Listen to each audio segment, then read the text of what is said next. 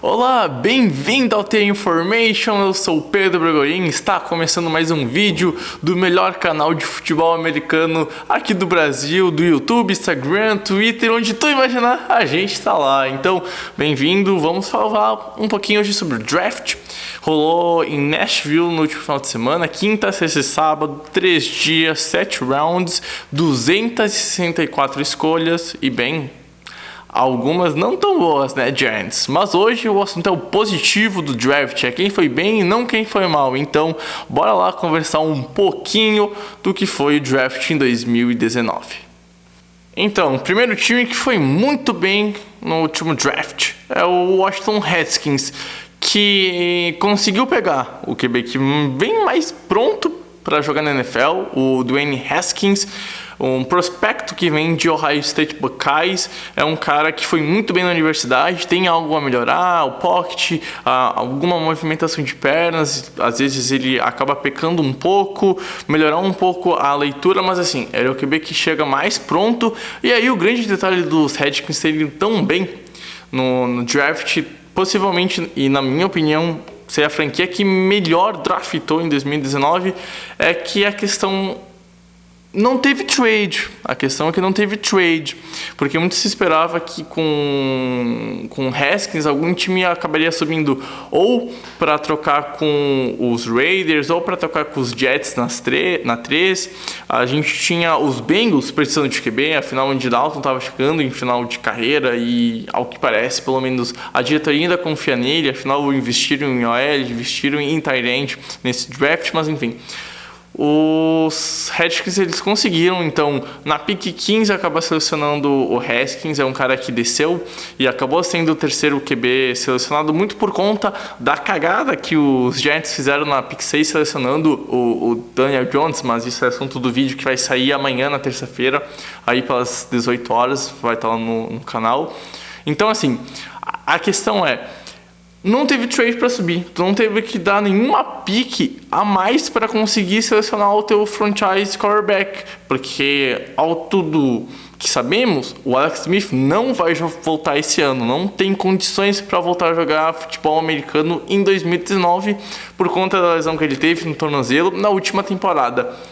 E quem sabe se ele vai voltar a jogar futebol americano, se ele vai voltar a pisar num campo de futebol. E aí então eles foram atrás de um cara que tem tudo para ser bem lapidado, tem tudo para evoluir muito bem e quem sabe ser o franchise quarterback dos Redskins, que também acabaram na pick aí fazendo uma trade, subindo para a pick 26, selecionar um Montesuit Edge, que vem de Mississippi State. É um cara que é um talento top 15, é um cara que tem uma primeira passada muito forte, é muito físico, é inteligente, ele consegue dar a volta por trás do adversário para chegar no QB. Então é um cara que pode fazer muito estrago em mais um setor que foi uma necessidade depois da temporada de 2018. Os Redskins não foram uma das melhores equipes pressionando, eles estiveram bem no meio da tabela.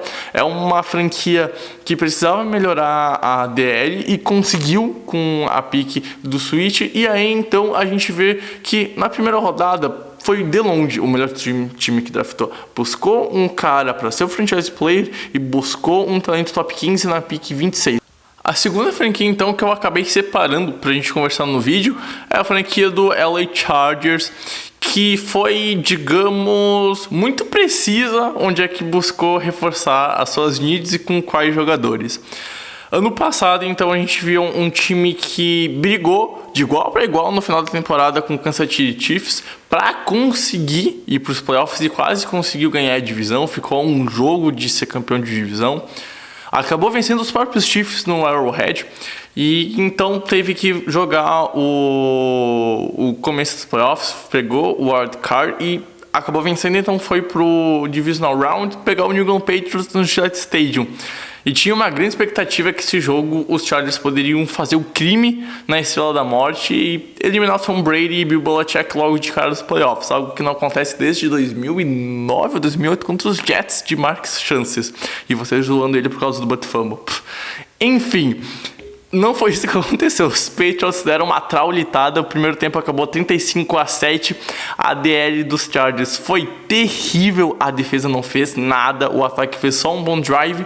E aí ficou óbvio que se os Chargers quisessem ir pro Super Bowl ainda com o Philip Rivers como QB, a defesa era prioridade pro draft de 2019.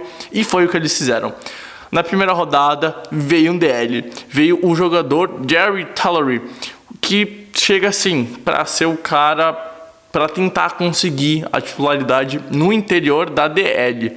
E aí então ainda no quarto round e no sexto round veio Drew Tranquill e Emeka Egbuli para, quem sabe, ajudar a reforçar aí o box, os dois primeiros setores da defesa, que foi a parte mais fraca e evidenciada contra os Patriots. Ficou claro que precisa melhorar o box, e a princípio conseguiram, pegando um cara com impacto já para talvez ser titular na próxima rodada, e dois projetos de jogadores que, se forem muito bem lapidados, vão conseguir sim render no time dos Chargers. E ainda então, aí, voltando para a secundária, né, foi o Nasir Adderley, acho que assim que se pronuncia, não sei, enfim, safety, que vem de Delaware, é um safety top 3, na minha opinião, de prospectos para essa classe, né? Chega então assim já com impacto para ser titular. E assim, depois desse draft, a gente vai ter uma DL com Nick Bosa de um lado, vai ter... Não, Nick Bosa não, Nick Bosa foi para os Chargers, né? Vai ter o Joey Bosa, irmão dele, vai ter no meio o Tillery, vai ter de outro lado o Ingram vindo, aí vai ter uma secundária assim que tem tudo para ser top 5 e pôr daí definitivamente a defesa dos Chargers, pelo menos no papel, nesse pós-draft, uma defesa que pode ser top 10 e quem sabe top 5, por que não? E sinceramente, se essa defesa for muito bem trabalhada, não tiver perdas de lesões, porque a gente viu nos últimos anos sempre algum jogador importante dos Chargers lesionando, seja o Bosa, seja o Ingram, seja algum jogador importante na secundária, os Chargers não conseguem desenvolver. E aí então, cara, os Chargers têm tudo, mas tem tudo para ter uma defesa top 5 esse ano, e aí quem sabe incomodar os Chiefs de Mahomes, os Patriots de Tom Brady, e quem sabe disputar um Super Bowl finalmente na edição de número 54. A penúltima franquia que vale a pena ser comentada como uma grande vencedora desse draft é o Jacksonville Jaguars, que tinha como os principais needs conseguir um bom protetor pro lado cego do seu QB, que nesse ano vai ser o Nick Foles, ou seja, conseguir um bom offensive tackle, um left tackle no caso, já que o Nick Foles é destro, um linebacker e um safety. E, bom, foi o que conseguiu num draft assim que nas duas primeiras escolhas eu diria que foi nota A. Na pick 7, que era esperado que vinha o John Taylor, que a gente vai falar mais pra frente, daqui uns 2-3 minutinhos, veio o Josh Allen, linebacker de Kentucky, um cara que apressa muito bem o passe, é um cara rápido, inteligente, ele, se acertar o gap, é um perigo pro adversário assim, cara. É um talento que pode elevar ainda mais essa defesa aqui que sinceramente é a coisa que mais presta nos Jaguars nos últimos 10 anos. A gente viu essa defesa levando o Blake Bortles e a franquia até a AFC Championship Game de 2017, acabou perdendo para os Patriots, numa virada, assim, numa pipocada, quem sabe, da defesa, mas enfim, Tom Brady jogou muito aquele jogo. E no último ano ela acabou meio que desandando como uma incógnita do que foi o ataque. Porque o ataque não rendia, Blake Bortles foi terrível no passado, acabou saindo, então vem Nick Foles para tentar melhorar o ataque. E assim, como o ataque não produzia, a defesa tinha que ficar muito em campo, a defesa cansava e aí ela vinha decaindo de atuação. Só que assim, cara, ano passado a defesa dos Jaguars fez um jogo contra os Colts que foi formidável, foi perfeita, tomou nenhum ponto, conseguiu ganhar, se não me engano foi 6-0 ou 3-0, alguma coisa assim, enfim, não lembro, mas cara, foi algo fantástico, e aquele é o nível da defesa. E agora imagina tu botar um cara que vem de uma universidade, que fez um bom trabalho no box, numa DL, investiu pesado agora no draft. E aí, cara, tu tem o Josh Allen, que é um talento que, na minha opinião, é top 5, caindo pro top pro top 7, ficando na pick 7 com o Jaguars, muito por conta do que os Giants fizeram e do Clelin Ferrell, que era, na minha opinião, para sair atrás do Oliver, mas acabou saindo na pick 4 com o Oakland, então acabou descendo umas 2 ou 3 picks na maioria dos mock drafts de todo mundo, e acabou parando no colo dos Jaguars, que todo mundo esperava que então pegar o Jonathan Taylor, um offensive tackle de Flórida, que era indicado para sair na 7, então, só que ele teve uma lesão no joelho e ele acabou decaindo bastante. Ele caiu praticamente um round inteiro, que se não me engano 31 picks precisamente, e acabou saindo então na segunda rodada, no começo do segundo dia para os Jaguars, numa movimentação onde os Jaguars subiram algumas picks para aí sim conseguir selecionar o cara que vem ser a principal o principal OL da franquia na próxima temporada. É um cara que, se conseguir ficar saudável, vai causar um estrago tremendo na OL dos Jaguars.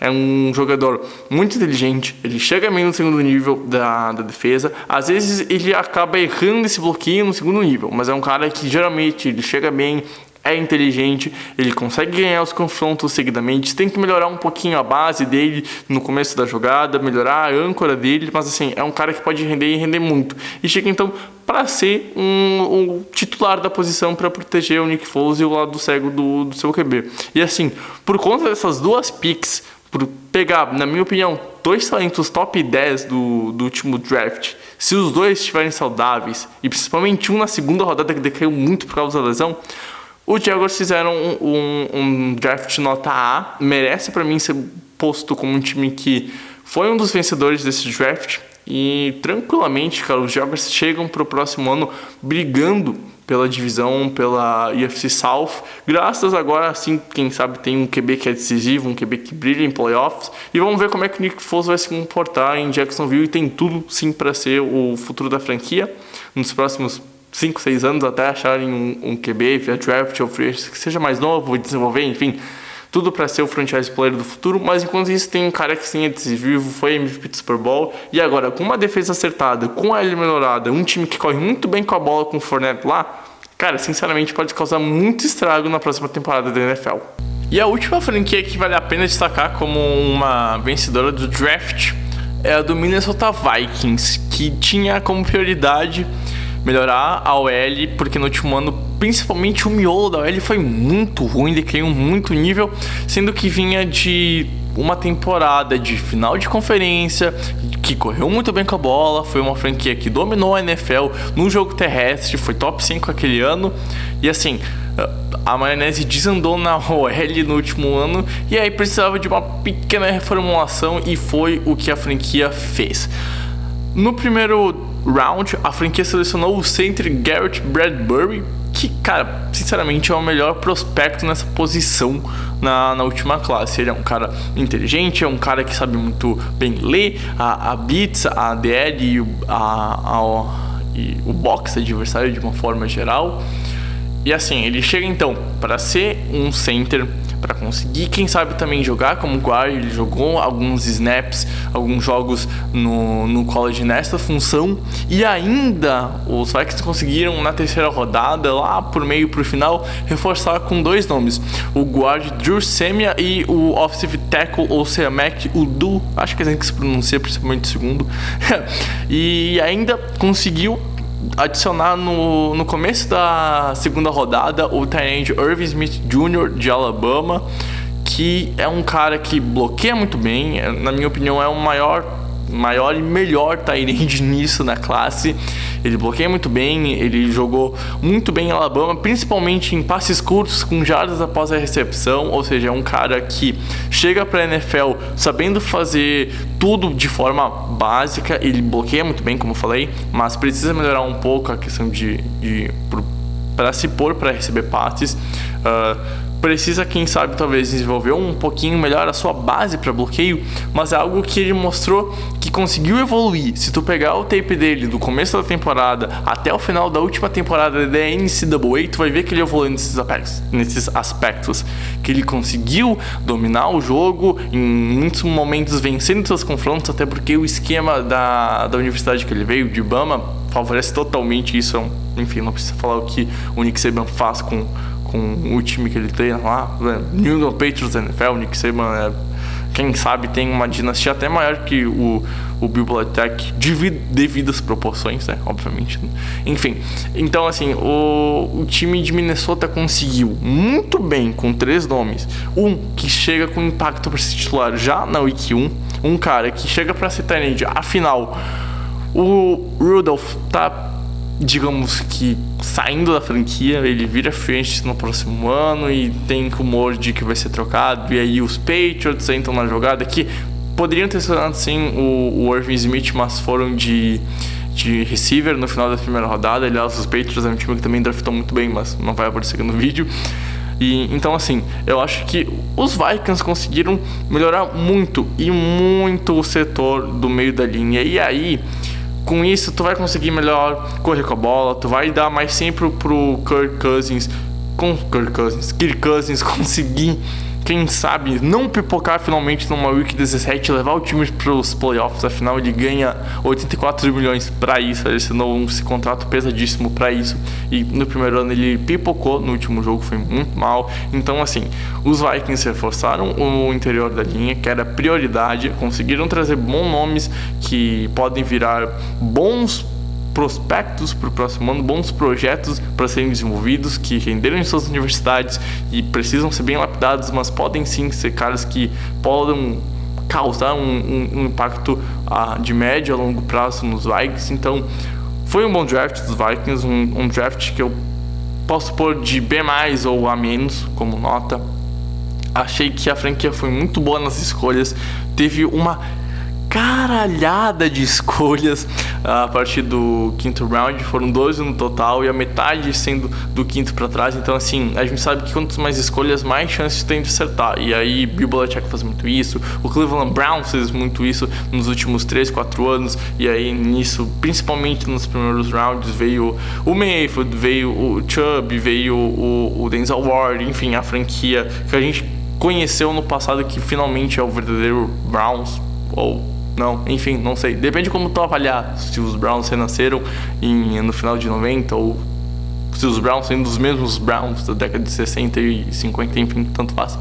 Os Browns conseguiram fazer isso muito bem, acumularam escolhas, e então a gente tá vendo que os Vikings adotaram meio que uma tática parecida, mas pro final do round, e aí quem sabe que não saia um cara que possa ajudar muito como titular. A gente tá vendo muitos Patriots fazerem isso nos últimos anos, e a gente vê o Malcolm Butler, que não é draftado, vai lá rendendo e faz a interceptação para ganhar Super Bowl. A gente vê muitos jogadores como o AB saindo em final de draft para conseguir fazer impacto. Obviamente não é todo dia que sai um AB, a gente sabe disso, mas vai que não sai um cara que causa esse impacto. Então, assim, os Vikings tiveram um draft muito bem no começo. As 3 primeiras rodadas, assim, foram muito boas, reforçaram suas principais needs com bons nomes, e aí no final eles tinham muitas picks, eles apostaram bastante, draftaram bastante. Vamos ver se algum desses nomes causam impacto. Afinal, cara, os Vikings estão numa divisão que talvez seja mais difícil de se prever, com os Packers dos Rodgers, com a defesa dos Bears, com os Lions agora indo pro segundo ano com o trabalho do Matt Patricia, e agora então a gente vendo os Vikings dando peças para que Cousins, quem sabe, fazer algum estrago, e vai saber que o time não vai para os playoffs e vai de novo para uma final de conferência, e quem sabe vai jogar o Super Bowl 54 lá em Miami no primeiro domingo de fevereiro de ano que vem.